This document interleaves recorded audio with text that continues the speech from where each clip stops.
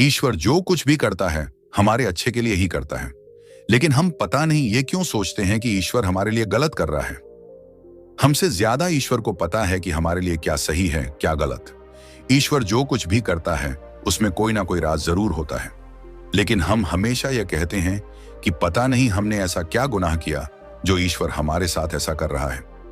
कई बार ऐसा होता है कि हमारी जिंदगी में कोई चीज खत्म हो जाती है, लेकिन हमें यह सोचना चाहिए कि ईश्वर शायद हमें इससे कुछ बेहतर देना चाहते हैं। ईश्वर जो कुछ करता है अच्छा ही करता है। इस बात को समझाने के लिए मैं आपको एक कहानी सुनाने जा रहा हूं। आशा है इससे आपको समझ आ जाएगा कि ईश्वर जो कुछ भी करता है हमारे अच्छे के लिए ही करता है। दोस्तों, अगर आप हमारे चैनल पर नए हो तो चैनल को लाइक सब्सक्राइब कर देना। तो चलिए आगे बढ़ते हैं। उत्तरी भारत के एक गांव में एक बुजुर्ग फकीर रहते थे। गांव के लोग अक्सर उनसे सलाह लेने जाते थे। उस गांव में अचानक एक बीमारी फैल गई और गांव के सारे मुर्गे मुर्गियां और चूजे मर गए। गांव वाले फकीर के पास गए और कहा, महात्मा, हमारे गांव के सब मुर्गे मुर्गियां और छोटे छोटे चूजे तक मर गए हैं, हम क्या करें? महात्मा ने केवल इतना ही कहा, ईश्वर जो कुछ करता है अच्छा ही करता है। कुछ दिनों बाद कुछ ऐसी बीमारी फैली कि गांव के सारे कुत्ते मर गए।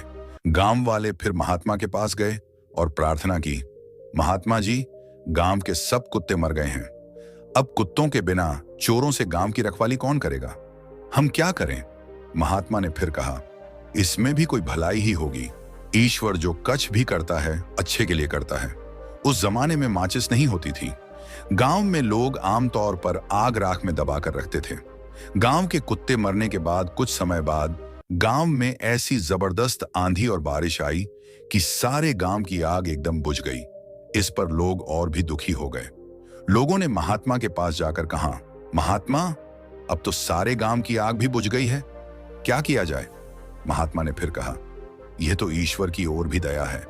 लोगों ने महात्मा से पूछा, महात्मा, इसमें दया वाली कौन सी बात है, जबकि हमारे पास भोजन बनाने के लिए भी आग नहीं है?